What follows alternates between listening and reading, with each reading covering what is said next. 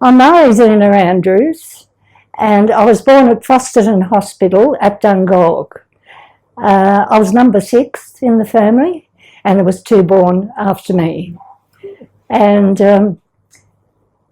my mother made a big mistake along the way. She christened me on the 6th of September, but I'm born on the 8th of September.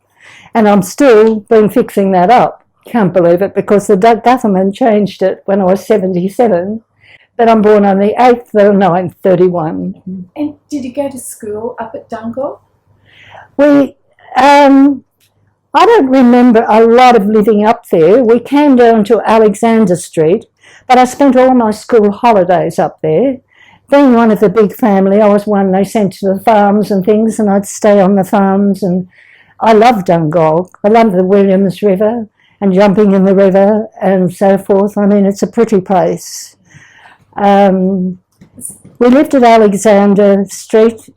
My father was a busy businessman. That's how he got things mixed up with our things, you know. But my mother, and I realise, thinking about the store, I think my mother gave love. She was a home worker. She was just a mother. She just reared a family, because being 8 of us. And my younger sister died at 2 months after my father died. He died at 41, and she never saw him. And she always says that she had no time for tears. She had to get up. She had a big job. And sometimes I think I'm more like my mother, you know, you really and truly, because you find through life, you get up and you have knocks, and you've just got to get up and go. I'd like to thank you for giving me the opportunity of this, because I feel that when the store went, I didn't have time to sit and weep, and it really was like a death in your family. All the mates that we met, the controllers, the managers, the directors, the customers, and I realised how sheltered we were to the real world. And then you're thrown out into the real world. And where I had a lot of experience when I went to the store, because my working life was serving from a child. My mother took in boarders to feed us.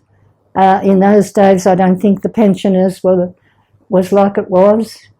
And we had good type of boarders, you know, that worked at the BHP, but we served on them, and we worked from children. We learned to love work. When washing up, we'd sing, and we'd march around the table, and we'd laugh. It was fun. And I must admit, my mother was a wonderful mother that would invite everybody, say Sunday night, and she'd spend the afternoon cooking lamingtons and cakes for everybody to eat. She gave a lot. And I think that's what it is in life.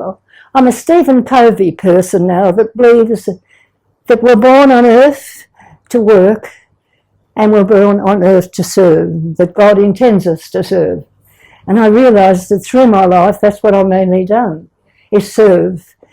And the store, I was very lucky when I first went to the store, and I've worked out it would have been in 1945, I was 14. Mr. Gibbs was the manager, and I was a trainee, and I went to his meetings, and I still remember how he taught us to sell. I think some of the funniest things that happened there was I was put on the confectionery counter, and then I went to the cakes and the biscuits, and one day a tin of ginger nuts fell off a high shelf and knocked me out, and I went home by ambulance.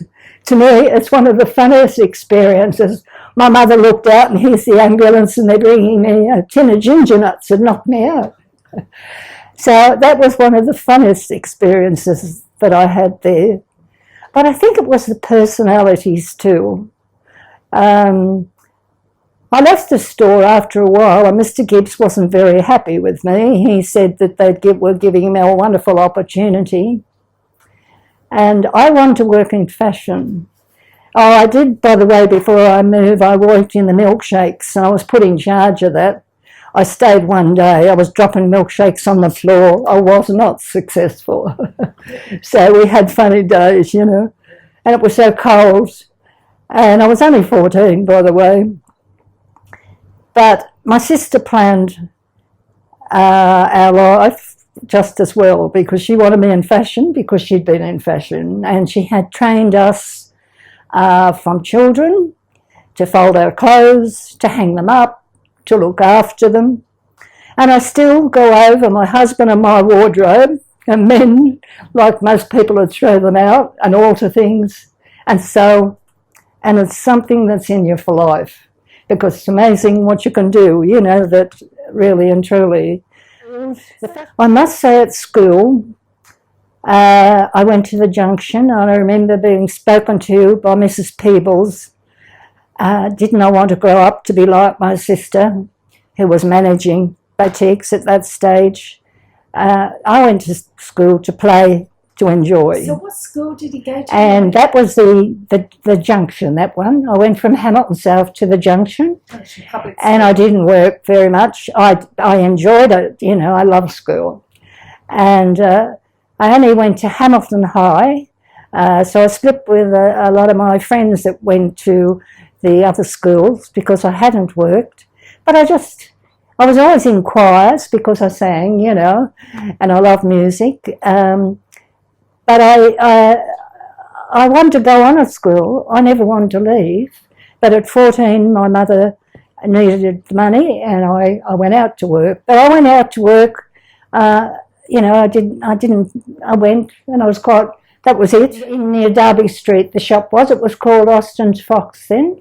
But then I got a lot of experience altogether, because I stayed with that company that changed their name a couple of times, you know, and at 18 I was asked to be with that company, a buyer, but I didn't like it, because I sat with old men talking about fishing and lunch. And I mean, I just didn't enjoy it. I was too young, you know. And I'd stay at the boss's place that night. I don't know, I just didn't like it at all. And I told them I didn't want to be it. So they put me out being a boutique manager, which I thought I was a manager. I had a lot to learn. And I was there till I married. And then I went back casual. But later on, my husband wanted to make our fortune, and we went into country hotels. And we sold our new home, and we went to Prima. And there we cooked for the shearers and the wheat lumpers. Had to watch at the toilets that snakes weren't around it, mice were running up and down the halls. It was a hard life. But to me, I learned more about human beings than I'll learn anywhere. You're living with them, and there was a lot of lonely people. We had a section where staff would stay years ago, and I let one man live there, and he died there. And I think when I lost him, I felt as much as I'd lost a brother. So you learn to love people wherever you go. You know, some of the men would call their name when I had too much to drink, you know, and things like this. And I'd grown up as a strict Methodist, so you can imagine what a hotel was. But it was such an experience. And then my husband still hadn't got it out of his blood. So I followed him, and we were at the Junction Inn. That's the one on the river up there. And we worked hard up there. So whereabouts is the Junction Inn? The Junction Inn is on the water, on the river, up there at Raymond Terrace. Then we went in, my husband wanted to go in with his father. So they went into business while I had this child, Darren, and we bought a partnership with my father-in-law of the Sydney Junction, which is the roughest hotel in Newcastle now, I think. So that's what it is. But look, I'd go over there and be called because it was a striking hotel at that stage, and we were inexperienced and the staff were experienced, so I was always being called in to be a barmaid suddenly or something, you know. And but I didn't drink. I just learned a lot from the hotels. I learned a lot about human beings. And it was all this that when I'd gone back, I think, into fashion and was working with my sister, that I saw the ad for Charlestown Mall, and I thought I'd like to learn more, and I thought, I knew the store was behind in lots of things, and their stock was old. They were buying off companies that they'd been buying off for 70 years. And I have to smile because a lot of the people used to say they open the ports and close the door.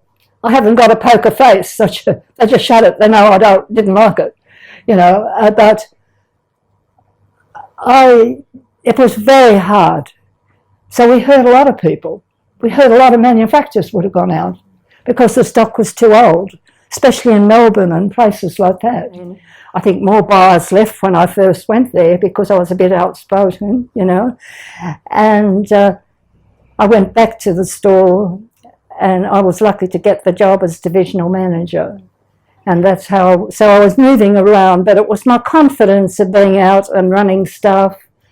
And, but I remember Mr. Russ, one of the GAs, looked at me one day and he said, you know, you look like you enjoy your job. I did. You know, I was not only in the fashion, I was running the whole of women's wear, which covered corsetry, handbags, haberdashery, baby wear, school wear, nightwear. We tried to bring young stock in, but the store wasn't really young at that time. And this was a lot of the problems where they were trying to bring it in and it wasn't young. As a buyer, I discovered that they were mid-budget, a good budget. That's what they were. And in those days, I loved fashion so much, I couldn't buy a Vogue or anything because, you know, I'd just be too interested in it. I had to stay from that and try on it. But it was, when I look and think about it, and I think about all the wonderful people that were in it and all the managers, like Bruce Maxwell was the manager I have that taught me a lot because he taught me fire drill, he taught me safety first. I was the only woman divisional manager and it wasn't easy. You think it's easy for women then? Well, my day, it was harder because I remember a controller saying as I come back from Sydney once, look how many women are on this flight. And there was none, practically, only me. So rising up, as I did, amongst men, the manager would go out and someone would try to put you down. So I had to learn. I was sent to the library. I had to be above, and that's what threw me into books and learning every field I went into to work me too hard. But I liked going buying on my own because I didn't like going in groups because it was a big responsibility spending the kind of money to keep the people you keep. You had a lot of responsibility. Maree, did you feel supported by your colleagues being like an only woman divisional manager? Did you feel supported by your colleagues? Well, I was always supported by the CEOs and some of the divisional managers, yes.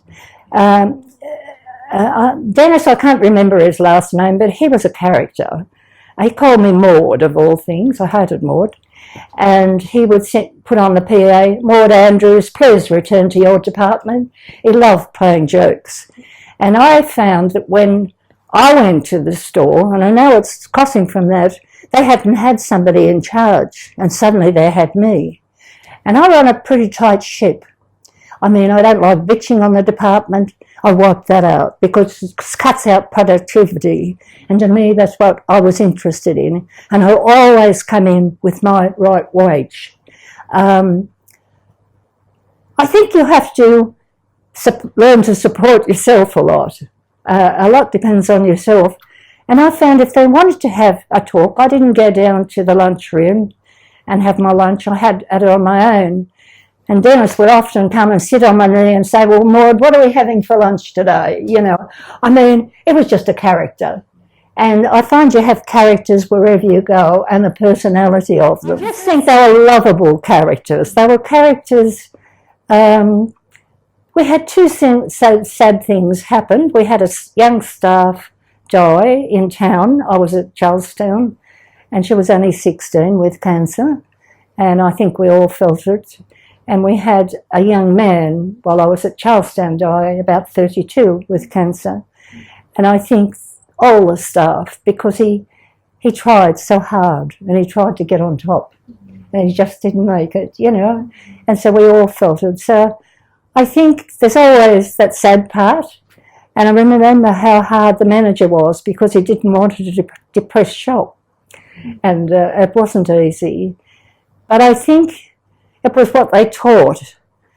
When we had the flood in 2007 come here, I realised the store had taught me to stand up.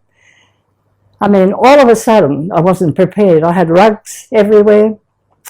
I had everything, nothing up, and the water's coming in my door. I set my husband at the front door. I stayed at the back door. I collected the water. I had the washing machine going. I probably shouldn't have had everything going. I was mopping up as I come in.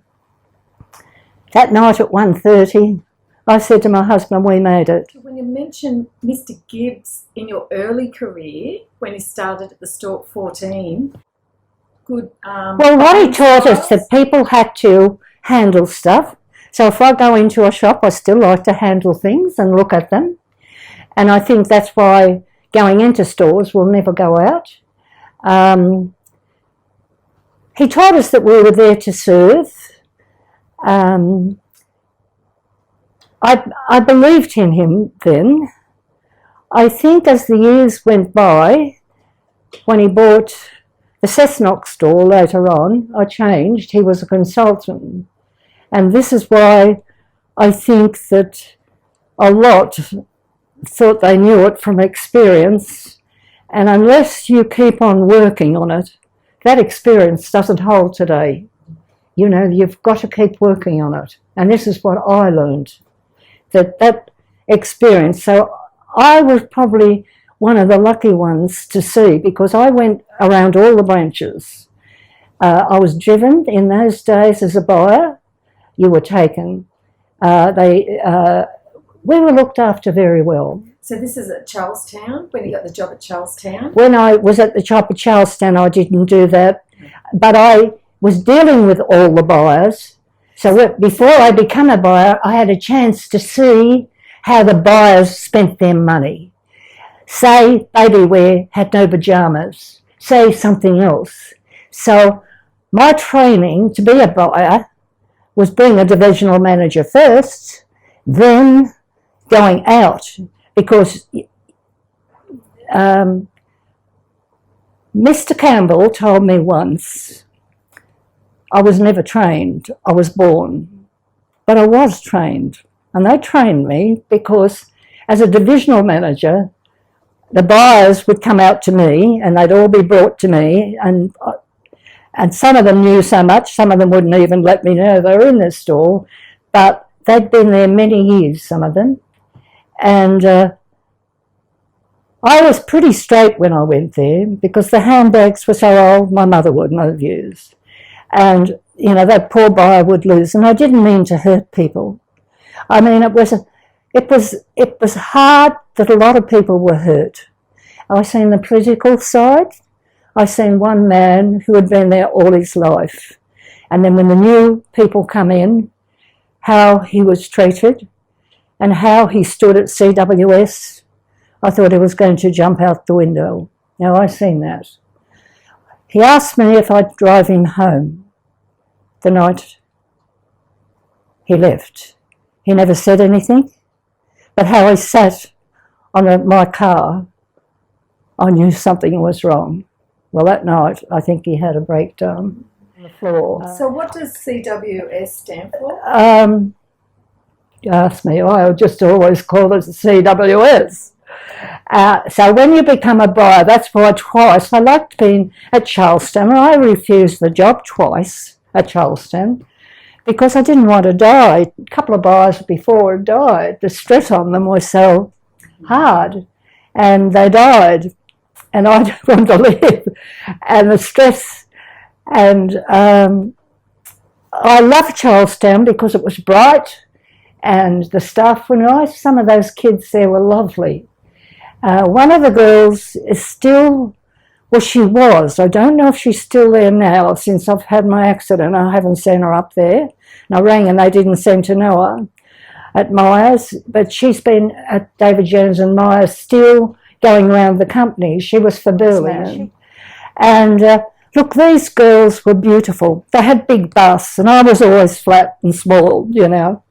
And they'd come in and these men from the brassiere departments would look at these two girls, you know, and follow them around the room. They were just beautiful. But they were beautiful kids. There were some very good managers. I remember Bruce Maxwell, because he became the chief at the end.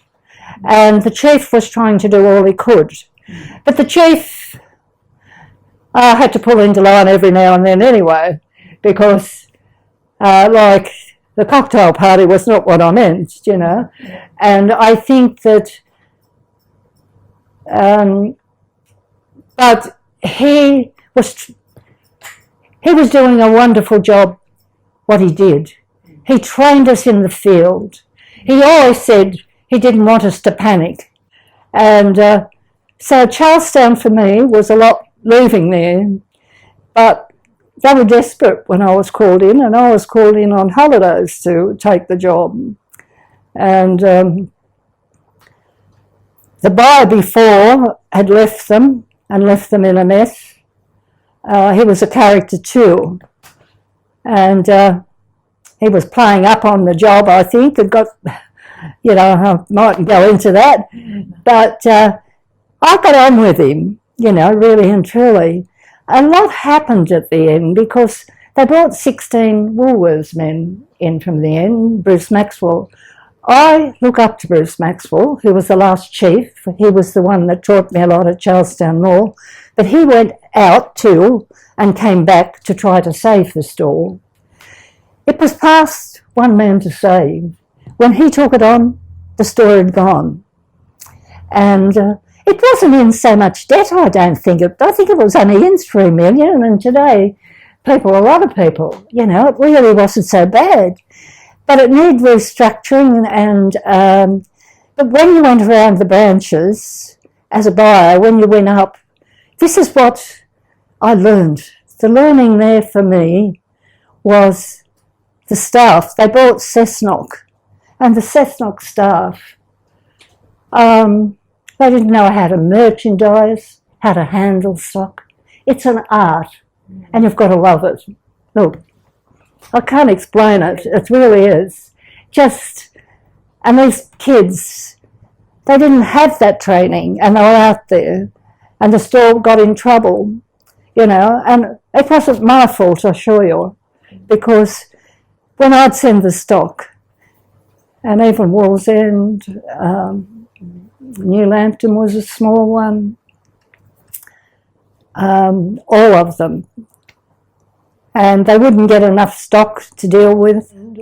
I think there's more to business than just how Myers are trying to do it, how all are trying to do it. And I have seen somebody with a reconstruction feel it like I did. And nobody knows when you love something. I loved Mr. Campbell, my boss. To go away with him, he was a gentleman. I mean, they were gentlemen. He would take me to dinner, the airport. I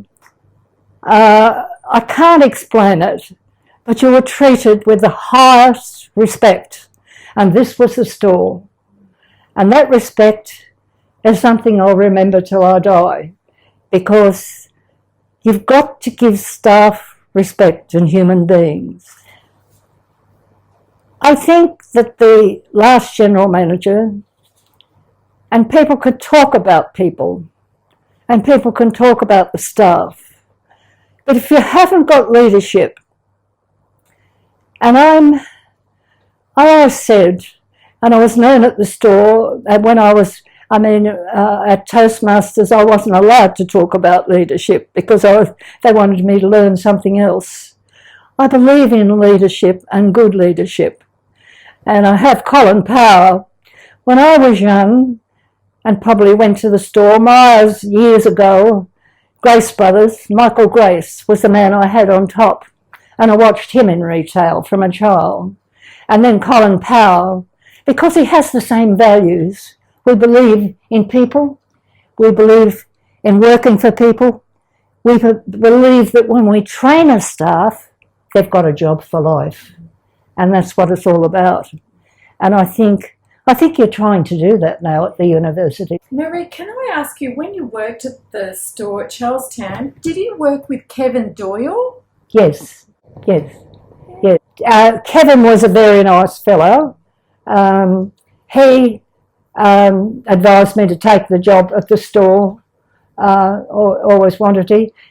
Kevin could see well ahead the writing on the wall and was probably thinking of his future, but he preferred shopping at Kmart than the store. He was one of the Woolworths men. Now they had 16 Woolworths men at the end, and that was very hard for the older staff because you had the older staff one side and you had the Woolworths men on the other staff. Now, I got on with both of them. I got on with the young ones and I got on with the other ones because I was in the middle kind of age, probably, really at that time. The young ones had no idea they were trained in Woolworths. So I'm not knocking Woolworths or anything, but they were trained in Woolworths and how Woolworths worked. And they were not prepared to learn about the store. Now, I did a silly thing. I was always telling the general manager what I thought. I was always knocking on his door. My boss used to say, Cole Campbell, what have you been doing? I put a strike once at Charlestown, because I was always, if they couldn't speak, I was up there speaking, And I said to Bruce Maxwell, look, you should do something to put them all together. Bring them together so they'd work together. That they gained from each other. Well, I nearly died. Bruce Maxwell put on a cocktail party. Oh, that was the last thing I expected. So you can imagine a cocktail party. The Woolworths guys were on one side and the other men were on the other side. It didn't work. It did not work at all because they were one side on one and the other. And that year we came in with the worst gross profit of its store's history. And it was mainly because the Woolworths guys didn't understand the goings-on of the cooperative. I don't know if they had a training on this because one of them was an assistant manager at one stage, and I'm not sure, and I've probably got no right to talk there at all, but he was young. They were young, and Woolworths had a different training, a different waste to what the store would do because of how it's run. I've got the honour of saying that I brought the most customers into the history of the store by one of my ads, a 2-page ad to the Herald, and I always feel proud of that because it brought the most customers over the door with a Rebecca ad. I had a 2-page and I was never very good at translating it on paper. I needed to be face-to-face. So that year I went up to the Herald and told them what I wanted. I wanted an ad that yelled out what I was going to sell. This is what I wanted. It was no good. I can't explain it, but that's what I wanted. And I did better that way than putting it on paper and taking. But what were you selling, Maree, when you say Rebecca? What's Rebecca? Zampatti. Right, that's what I said. And it was out of her factory, and the fellow before me put it on, and it brought in thousands. And then I had to bring the same things, like we were selling a jacket that you could wear for $3. The prices, never before, but I was left with a lot of stock because we overbought. I had to buy it because I had the folio, and that was the worst. If the buyer before, and the biggest problem was what held the store back, that if you made a mistake, the store wanted to know about it, but then it had to go back to the controller, it had to go back to the directors. The directors might make me stock take. I was a stock take specialist. They might make me stock take about 3 or 4 times and still not agree to let it go because they couldn't afford to sell it. And that's how they ended up with a lot of old stock. Now, it wasn't anyone's fault. You can't even blame the directors because it was just the old pattern. So what affected the store very much too, when David Jones and all these places started coming in with their sales, the store couldn't compete because we weren't doing anything. We weren't having anything. And I remember seeing it. And I remember when the store general manager started putting 20% off, and you can't do it. You can't run a business without making profit. You've got to make profit. You've got to have some profit. And I don't know how some of the advertising today, how they're going to go, because the store net profit was very important all the time that they come in with. And they had to come in with this all the time, that they were working on this. So this made it very, very, very hard. But why did they choose Woolworths? Was it because they were progressive? Well, Maxwell, the chief, was a Woolworths man. Okay. Right? He come from Woolworths. And so he trained like Woolworths. He was come from the background of Woolworths. His training was Woolworths. Did you know that? No. Well, that makes sense. That makes sense. And so he thought that Woolworths was the best training, and he appointed him assistant manager, and that's when they came in with the worst gross profit in the history of the store. And this was very hard. This was at the end, and Bruce Maxwell would have been blamed. But I was told that it was gone when Bruce Maxwell took the job. But all I can say, that the years I worked with him, he ran meetings every week. He did, as a woman, give you the chance to speak up. He did act on what you said. And he started bringing in the running of a business to me, to the store.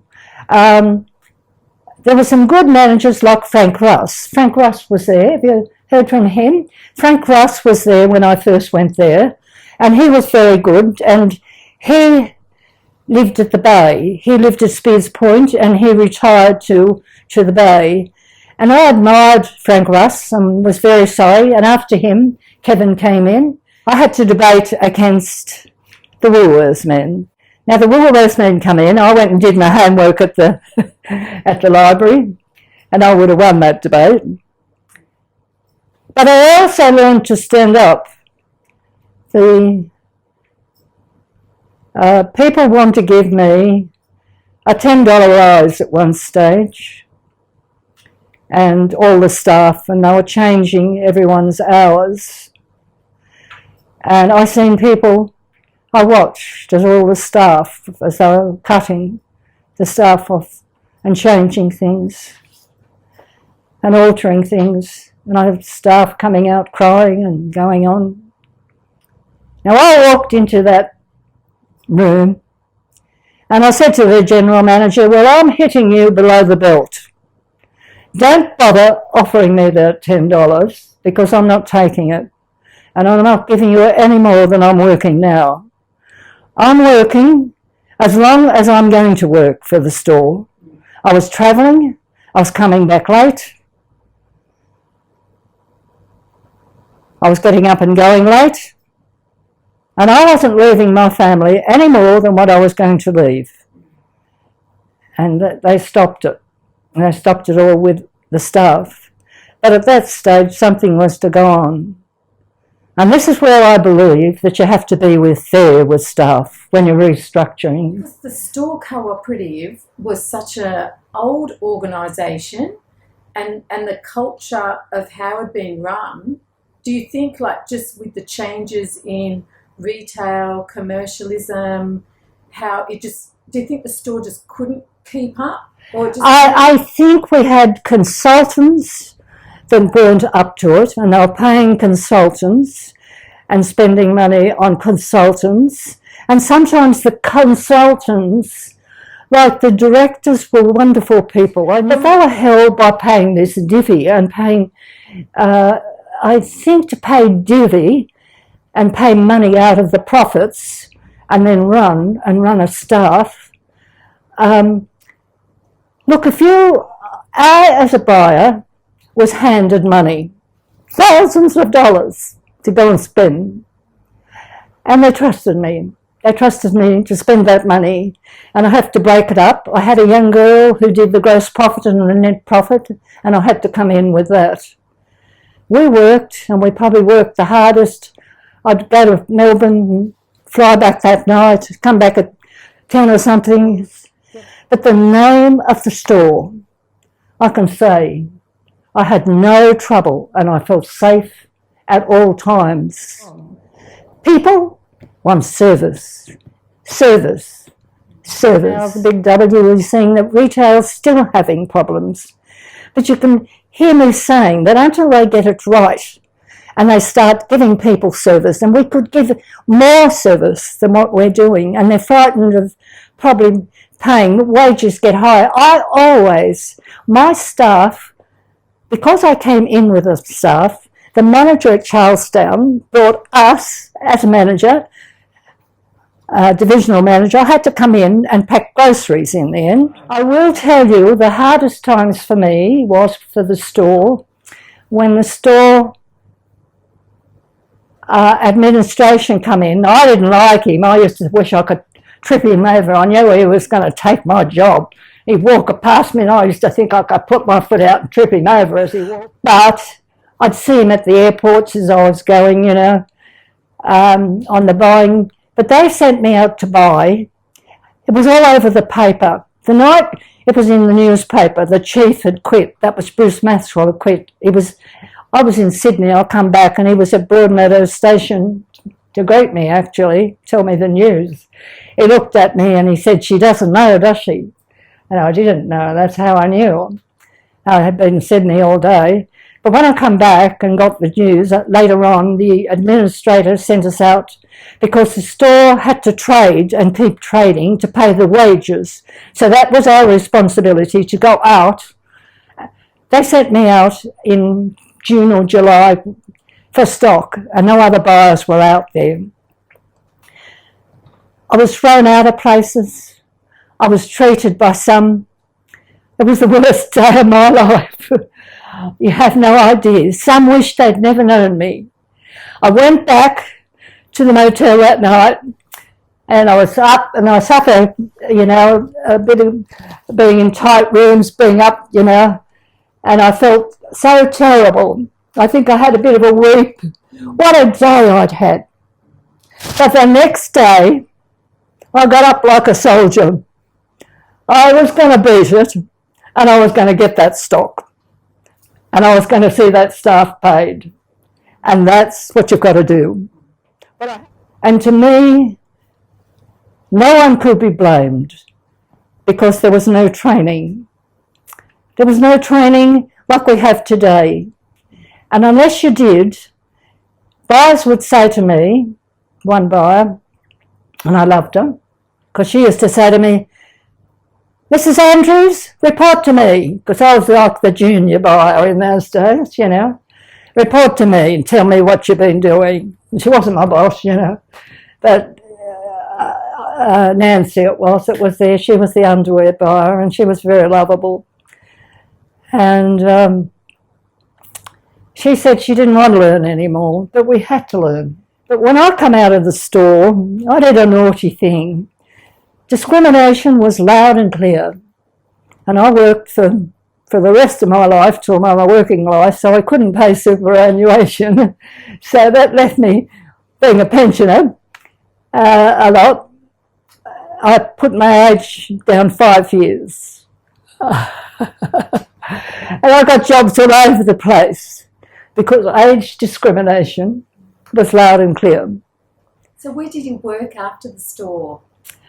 I went to work and run 3 boutiques, and that was very hard.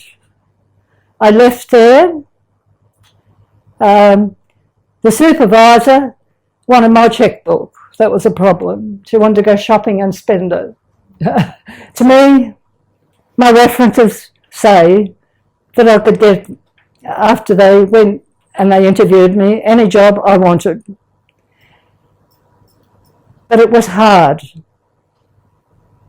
It was hard because you'd had so much experience and there was no job to go to here with that type of thing and buying. The staff made it hard. They were stabbing you in the back. They were kind of, until you went through it, you wouldn't know. I wasn't always looking after myself, I suppose, there. I stayed till the end, which probably made it harder. But I'm a person that believes in miracles.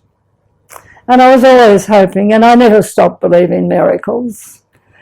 And I was hoping the store would keep on going in some direction.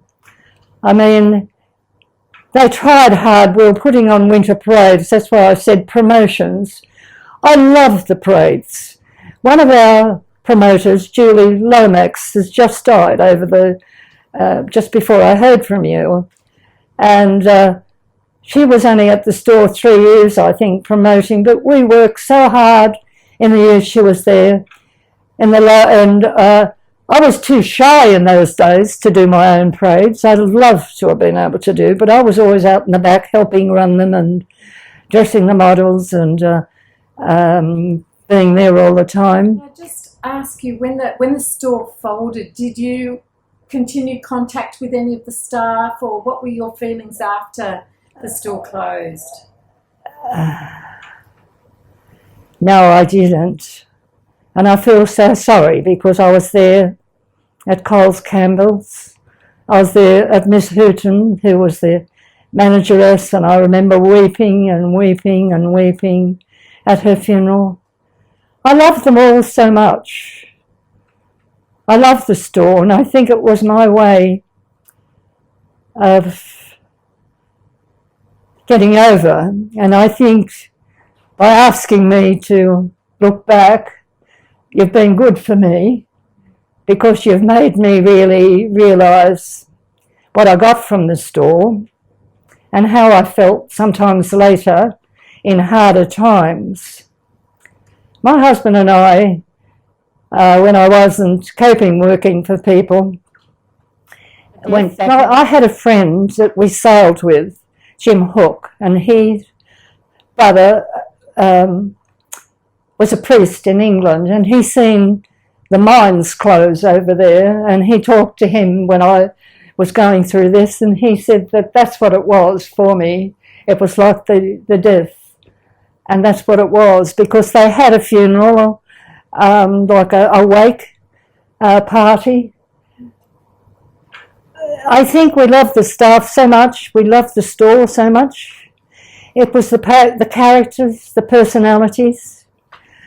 And I think Miss Hooton, of all people, I wept and wept for her, how hard she had it, because she was a miss. These were wonderful people that gave their life to the customers of the store.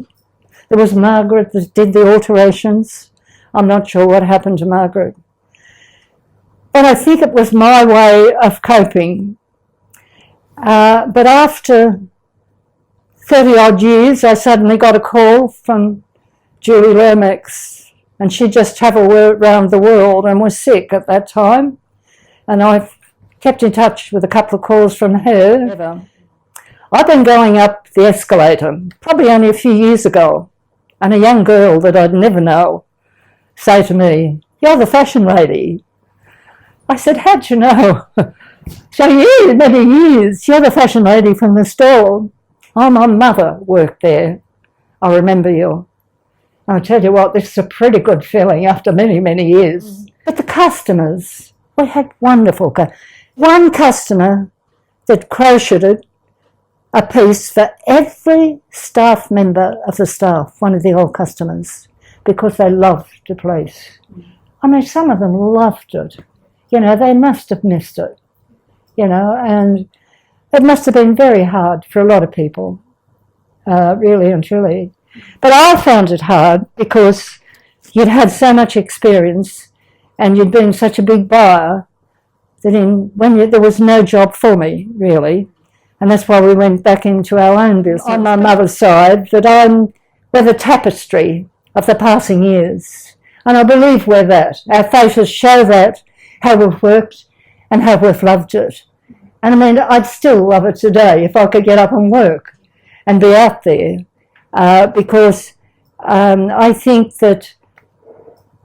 you're just lucky if you're born with that ethics. But I think there's something about it if you're born to serve. And there is no doubt, because we were only 7 when my father died and you just raised.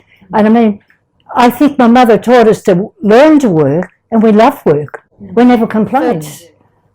I can honestly say that remembering the wonderful respect and why the store, the living history to the people and the name, was something that will live in some people's minds forever.